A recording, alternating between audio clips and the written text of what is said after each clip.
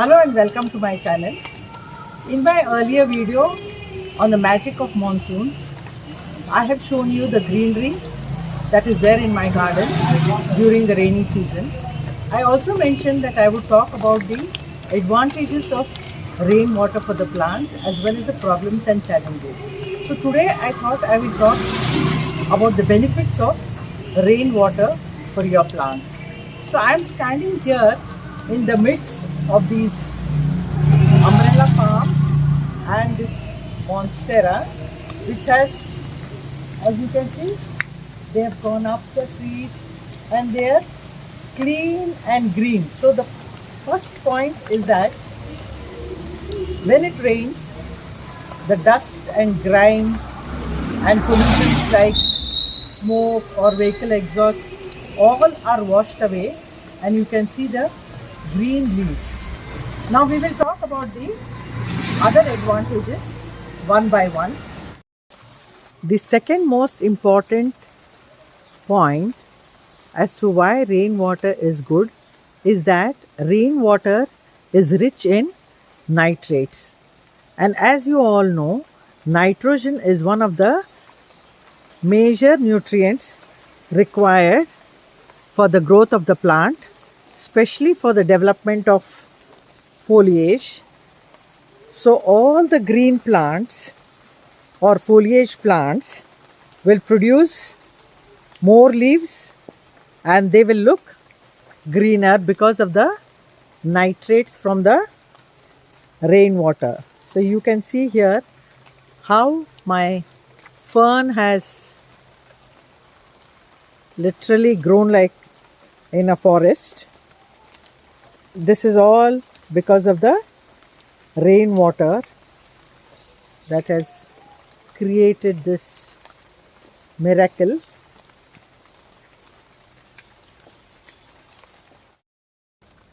The third benefit of rainwater is that the carbon in the rainwater unlocks micronutrients like copper, zinc, magnesium, manganese and such other micronutrients, because for the proper growth of the plant, a balance of both major or micronutrients and macronutrients like NPK are required. Here, the micronutrients are made available by the rainwater.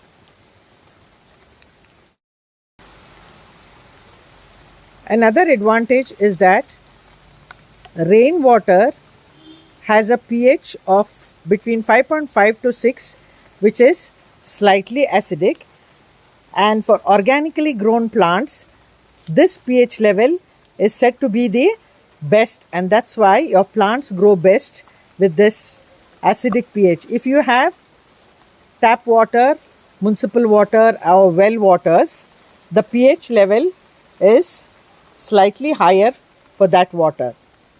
So rainwater is ideal with an ideal pH for the growth of the plants. The next major benefit is that, as you all know, rainwater is the purest of waters and it is soft water. All the other water that we use for watering the plants, like those from bore wells or the municipal tap waters, have minerals and salts in them, which over a period of time can affect both the soil as well as the leaves. Often you see spots on the leaves. Those are salt spots on the leaves which are left over by the salts from the tap water. That does not happen with the rainwater. And moreover, in tap water there is chlorine and fluorine sometimes in the well water. Chlorine and fluorine toxicity can also be avoided by rainwater.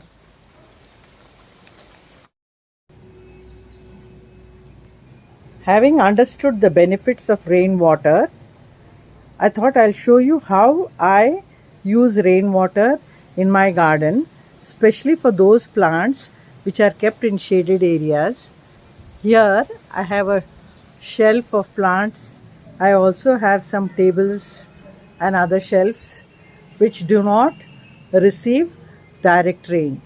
So for such plants, I use collected rainwater, or for those plants that can be shifted into the rain, I quickly run out and keep them in the rainy area. Here you can see I have placed the philodendrons, pothos, some aglaonemas and the ferns into the rainy area, and they will get soaked in the rain. Another advantage which I probably forgot to mention was that by keeping them in the rain and with the force of the rain, sometimes even the pests will fall off. So that's another advantage of the rainwater. So here I have placed them in the rain. Even in summer, when I get the summer showers, I quickly run out and place them in the rain. Now I will keep them here for a few hours. Today it's been raining continuously, and maybe by evening I'll shift them back to their places.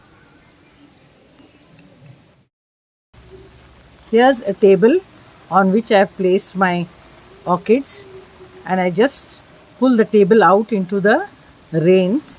And the orchids, as you know, are rain lovers and grow well in forested areas, and they simply love the rain. So I push them out also for a short while.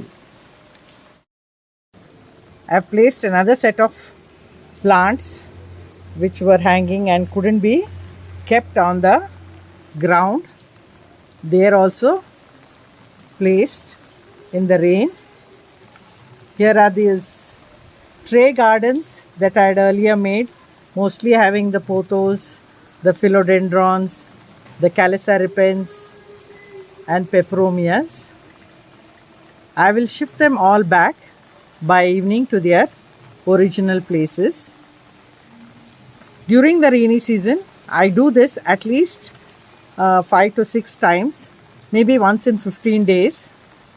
So it depends upon how it is raining. This year the rains are good, and today in fact I am doing all my shooting with an umbrella.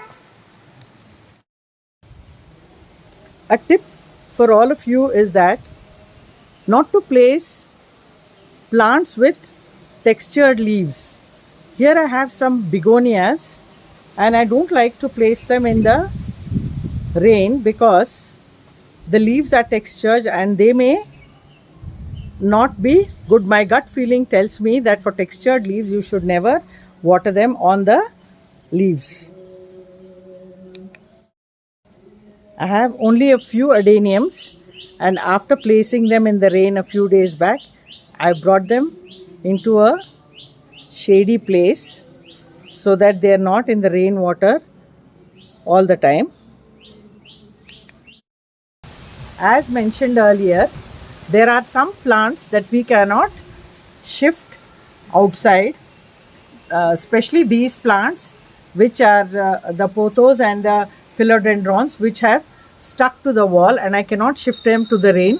So I make it a point to collect rainwater in whatever containers I can and water these plants. I also soak these air plants in rainwater and let them dry. In fact, they don't need soaking at all during the rainy season because of the humidity in the air. But once in a way, rainwater does good for them. So you can see all these plants, I've just either sprayed or watered them with the collected rainwater. Now I'll show you a few pictures of how I've collected rainwater.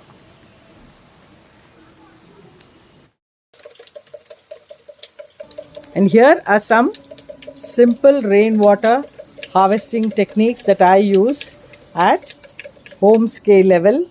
You can have your mugs and your buckets wherever the rainwater is falling. Collect these and water the plants that cannot be shifted. Now you all know the benefits of rainwater for your plants, and that's why they look so lush and green when you use rainwater. I've also shown you the different methods that I am adopting at home scale level to use rainwater to the maximum. So rainwater not only saves you electricity bills and conserves water, it is very good for your plants to make them healthy and green.